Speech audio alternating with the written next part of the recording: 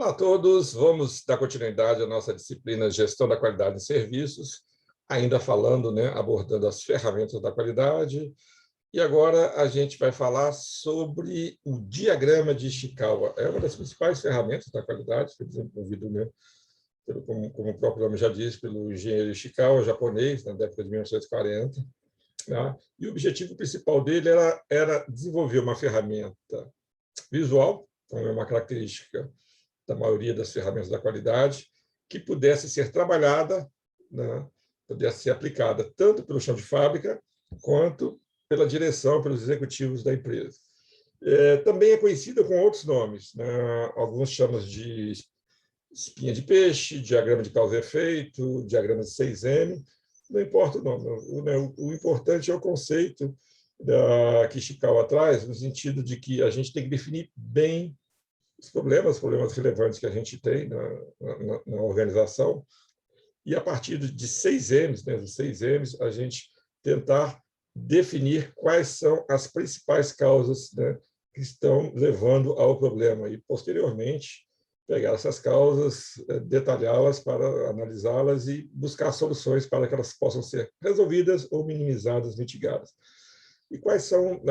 E chama espinha de peixe, porque o esquema é similar a uma espinha de peixe, no qual você define bem qual é o problema na cabeça do peixe, e depois na espinha do peixe você vai colocando os M's de uma forma gráfica, e que possa, o objetivo principal é que você tente passar por todas as principais causas possíveis de um problema.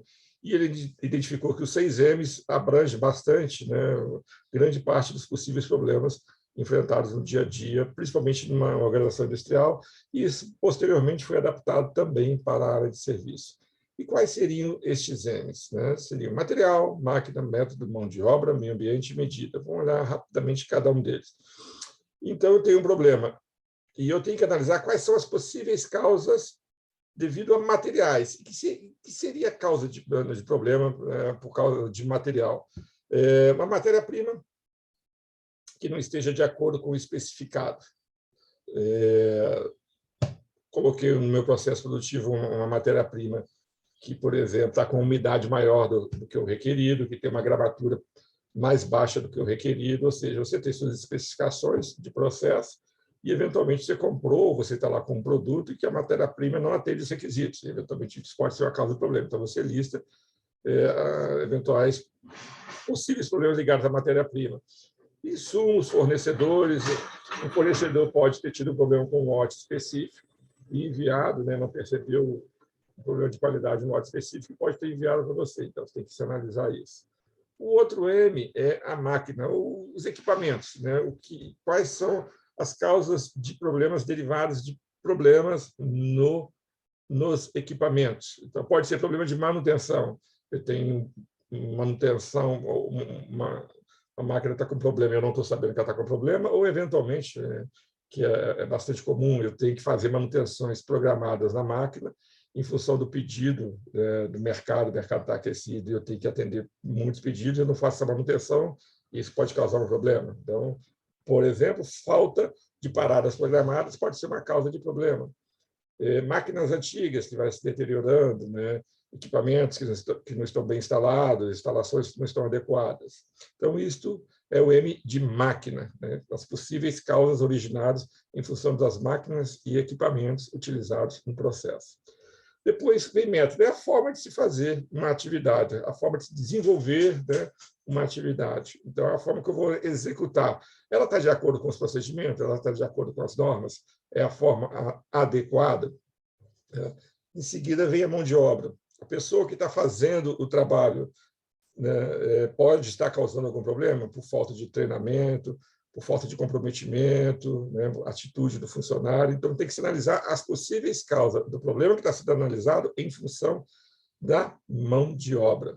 Meio ambiente também é um M, no sentido de que o meio ambiente pode ser causa de diversos problemas. Então, vamos imaginar uma máquina, um processo produtivo, um calor muito grande, você pode expandir, você tem calor, faz expansão de materiais, e essa expansão pode causar algum distúrbio no processo produtivo. O contrário também é verdadeiro. O frio causa, né, a contração e, eventualmente, essa contração pode causar algum dano no processo produtivo. Mas, quando se fala em ambiente, não é apenas o meio ambiente no sentido de clima, mas e o local? O local está adequado? Tem o 5S? Está organizado? Está arrumado? Né? Está quente demais? Está bem iluminado? A umidade está alta? A umidade está baixa? Tudo isso é relacionado ao meio ambiente. E, por fim, mas não menos importante, temos a medida, né? E de onde vêm os problemas causados por medidas? De métodos e condições em que são realizadas as medições, os registros, os indicadores. Eu posso estar fazendo a medida errada, o meu equipamento pode estar descalibrado, a pessoa pode não estar preparada para fazer, os indicadores não estão adequados, em suma. São diversas causas relacionadas à medida, à medição, a saber se um produto ou um serviço está adequado ou não, ou se está dentro especificado ou não. E aí, eventualmente, a medida está errada, você pode ter uma noção errada. Você pode estar liberando produtos bons, ou, desculpa, você pode estar liberando produtos com a qualidade inferior, porque essa medida está errada, e o contrário também é verdadeiro. Você pode estar retendo ou refogando produtos que, a princípio, estão com a qualidade dentro especificada, isso em função de medidas, tá bom? Então, em linhas gerais, né, conceitualmente, é bem simples, esse é o diagrama de Ishikawa, diagrama de causa e efeito, ou espinha de peixe. Vamos aqui trabalhar um exemplo bem simples para tentar sedimentar este conceito, né? Acordei de manhã e vou ligar meu carro, e viro a chave do carro, o motor não pega. Então, eu vou usar o diagrama de Ishikawa, né, para tentar descobrir as possíveis causas do meu carro não pegar de manhã. Então, qual é o problema? O motor não pega, está bem definido, está bem claro. Virei a chave, o motor não pegou. E aí vou para o primeiro M, que é de método. Carros antigos, ele tem alarmes. Eventualmente, meu carro é um Chevette velho, velhinho, e para não roubar o meu querido Chevette, eu instalei um alarme. E aí, o que o método diz? Se você tem um alarme, quando você vai entrar no carro, você tem que desligar o alarme, senão o carro não vira. Tá? Carros mais modernos, eles têm direção, desculpa, não direção, eles têm direção hidráulica sim, mas câmbio automático. O câmbio automático, na maioria das vezes, ele tem posições de partida, ou seja, se você estiver no drive, o carro não sai, até por uma questão de segurança. Você tem que estar com a marcha no P de parking. Tá? Então, isso é uma questão de método. Se você não fizer isso, não vai virar a chave do carro. Então, aqui 2 exemplos de causas causadas por método, né? Vamos para a próxima, máquina, né? Algum problema na máquina. E quais potenciais problemas para o nosso defeito, né? O nosso problema que nós estamos analisando, motor que não pega. Bomba de combustível é um potencial problema. Ela não está injetando combustível no motor. Motor de arranque é onde você gira ali e que dá o start no carro, pode estar com defeito. Baterias dos carros modernos, ela não dá mais sinais. Então, eu realmente tive o Chevetinho, foi o meu primeiro carro, Chevetinho preto, adorava ele. E quando a bateria estava acabando, assim, mês antes já começava a dar sinal. O que quer dizer isso? Você tentava virar, já começava ram, ram, ram, ram, ram, aí você já sabia, tem que trocar a bateria. Os carros modernos, eu não sei por qual motivo, eu não sei se tem a ver com o carro ou com a própria bateria, mas eu sei que isso já aconteceu 2 vezes comigo, ele não dá mais sinais. No carro anterior, uma vez eu fui visitar a minha irmã, e quando saí da casa dela, fui virar e simplesmente não virou mais. Eu achei, não virou e era a bateria. Aí eu liguei para o seguro, eles foram lá, deram uma carga, e no dia seguinte eu fui lá e troquei a bateria. No meu carro atual foi a mesma coisa. Eu tinha ido buscar uma pessoa aqui, no Monte Castelo, em Volta Redonda, e quando eu fui ligar o carro para voltar, não deu sinal. E nos 2 casos, a bateria já tinha durado quase 3 anos. E aí não tem jeito, tem que trocar a bateria. Reservatório de gasolina, você pode estar com reservatório sujo, e aí está impedindo que a gasolina chegue até o motor, obstruindo a tubulação. Então, são potenciais causas do problema ligados à máquina. Material. Carro importado. Né? Eu tenho um amigo meu que tem um carro importado, muito bonito, ele parou aqui no posto de Volta Redonda, não vou falar qual é o posto, que já tem um tempinho, eventualmente eles já resolveram o problema, então não vou quebrar o filme deles, mas ele acabou de abastecer e foi para casa, aí foi para almoçar, e quando ele foi sair de casa, o carro dele não virou mais. E o motor não pegava, e aí foi ver o mecânico de confiança dele foi olhar e falou: onde você abasteceu seu carro? Por quê? Não, isso não é gasolina, tem tudo aí menos gasolina. Então, o material pode ser combustível ruim. Vamos para o próximo, né? O próximo é a mão de obra, que é aquela peça que fica entre o volante e o banco. Uma pessoa pode não saber ligar o carro, alguém que está aprendendo a dirigir. Isso acontece até comigo, já tenho bastante experiência em direção. Às vezes eu vou ligar o carro, faço a primeira virada, às vezes eu seguro pouco, o motor não vira. Mas eu sei que aí que eu errei, tentei virar e não virou. E aí, na segunda vez, eu forço um pouquinho mais a chave e aí dá a ignição. Alguém que não for experiente pode tentar uma, duas, três vezes, na três vezes fazer errado. É difícil, mas não é impossível, né?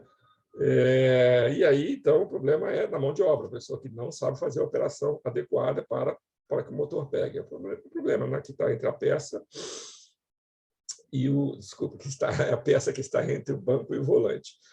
Tem também a questão do marcha fora do parque. Aí você fala, mas, professor, você já disse isso lá em método. Então, é proposital que eu coloquei aqui. Quando o Ishikawa fez os 6Ms aqui, o objetivo dele era cercar todas as maiores possibilidades, né, para se detectar um problema. Não importa onde você vai colocar, é importante que você se lembre que aquilo é um potencial problema, um potencial causa para o seu problema. E aí, se eu colocar em método ou se eu colocar em mão de obra, não tem problema. É importante que essa potencial causa está dentro do meu diagrama de Ishikawa. Meio ambiente, deixa eu ver aqui, meio ambiente, qual é o problema do meio ambiente? Vou ligar o carro, eu levo novamente o meu Chevetinho preto, ano dele 1993, vocês não tinham nem nascido ainda. O que acontecia no inverno? Eu ia virar o carro e não virava, né? Porque era carro a álcool, e já viu o desespero que era. Temperatura baixa, não virava, não pegava. Qual era o problema? Meio ambiente, estava frio. Aí o que eu tinha que fazer? Eu tinha que pegar o reservatório, que tem um reservatóriozinho de gasolina, e encher de gasolina, porque para quando desse a partida, ele jogava álcool e gasolina. E a gasolina era mais fácil para o processo de ignição. Tá? Eu posso morar, por exemplo, perto da praia. A praia tem maresia é corrosivo, e aí, eventualmente, pode correr algumas partes do carro. Tá bom? E, por fim, o último, né? M é a medida. Então, o motor não pega. Eu coloquei o odômetro, mas não é o odômetro. O odômetro é o que vê a quilometragem percorrida, é o nível de combustível. O medidor, né, o medidor do nível de combustível, ele vai dizer se você tem muito ou pouco combustível, está acabando, você precisa parar no posto ou não. Se o medidor de combustível estiver estragado e parou lá no meio, para a felicidade geral da nação, você vai achar que, bom, tem meio tanque aqui. Não, não tem. A medição está errada, ele está te dando uma informação errada. A gasolina já acabou, mas ele travou. E aí, o motor não está pegando porque não tem mais combustível, mas não tem combustível por causa da medida.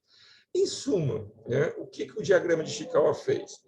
Ele fez que eu percorresse um caminho nesses 6Ms, e com esses 6Ms eu consigo amarrar com as principais possíveis causas do problema que eu tenho. Eventualmente, um problema pode ter mais de uma causa, só que normalmente a gente não ataca todas as causas, a gente vai fazer uma escolha. Então, a partir do que foi identificado, você tem que ter um certo conhecimento sobre aquela questão e falar assim, olha, possivelmente é isso aqui, então vamos atacar primeiro isso aqui, vamos atacar primeiro aquilo ali, vamos atacar conjuntamente essas duas variáveis, que são as mais possíveis, e depois vai por eliminação. Mas, de qualquer forma, é um mapa que vai te guiar, né? O diagrama de causa e efeito, né? O efeito é o problema que você tem e você tem as possíveis causas. Legal? Então, isso é o nosso Ishikawa. E você pode, aqui eu tenho alguns exemplos, que você pode, por exemplo, aqui você pode desmembrar. Então, o que aconteceu? O problema pode ser a empresa Gol Transporte Aéreo está perdendo passageiros. E aí, uma das causas pode ser cliente insatisfeito. Eu pego e faço um Ishikawa só da causa de clientes que estão insatisfeitos. E aí eu faço um levantamento, né? Olha, o cliente está insatisfeito, a bagagem está extraviando, os voos estão sempre atrasados, serviço de bordo é uma porcaria, e a demora na emissão de passagem. Então, tudo isso são potenciais problemas. Eu peguei e desdobrei. E posso desdobrar mais ainda. os clientes estão insatisfeitos, eu peguei aqui ó, o atraso dos voos. E aí desdobro ele e vejo por que o voo está atrasando, porque eu achei que esse é mais importante. O despacho passageiro está lento, o avião tem problemas, né? Para colocar bebida, refeições, limpar a aeronave, preparar os comissários, está demorando. O carregamento das malas que são despachadas está demorando. Em suma, o diagrama de Ishikawa ele pode ir sendo desmembrado, né? E aí você tem subcausas da causa principal e aí você vai trabalhando nelas, sempre tentando priorizar. Tranquilo, gente? E aí eu vou passar para vocês um exercício que vocês depois deverão postar na plataforma e vocês vão ter até a próxima aula, 20 horas antes da aula, porque eu irei corrigir este exercício. E que exercício é esse? Vamos trabalhar com a área de logística, que é mais voltada para serviços. Alto consumo de combustível do FENEME. FENEME são aqueles caminhões que eram fabricados ali em Duque de Caxias, Fábrica Nacional de Motores, né? O FENEME da frete a frete, ele está consumindo muito. Então, esse é o problema está bem claro. O bicho está um beberrão, parece um alcoólatra. Então, o que tem que se fazer? Tem que se fazer usar, vocês vão usar o Ishikawa, diagrama de Ishikawa, o spin de peixe, o diagrama de causa e efeito, ou 6Ms, a forma como vocês quiserem chamar, para listar as possíveis causas deste problema aqui. Então, método, máquina, material, mão de obra, meio ambiente e medida. E o que eu quero que vocês façam nesse exercício? Pelo menos, no primeiro momento, vocês vão listar pelo menos uma causa para cada M. Então, vocês vão listar 6 causas. Depois, vocês vão escolher entre esses 6 M's mais 2, que você vai listar, por exemplo, mais uma causa para material e mais uma causa para meio ambiente. Aí vai dar 8. Perfeito, é 8 que eu quero. Ah, não, mas eu acho que eu achei mais fácil, eu achei uma causa aqui em método e outra em mão de obra, sem problema. Aí método vai ter 2 causas e mão de obra vai ter 2 causas. Então, vocês vão ter que definir 8 causas possíveis para o problema de alto consumo do FENEME da frete a frete. Ok? Então, é isso. Obrigado pela atenção e até a nossa próxima aula. Um abraço a todos.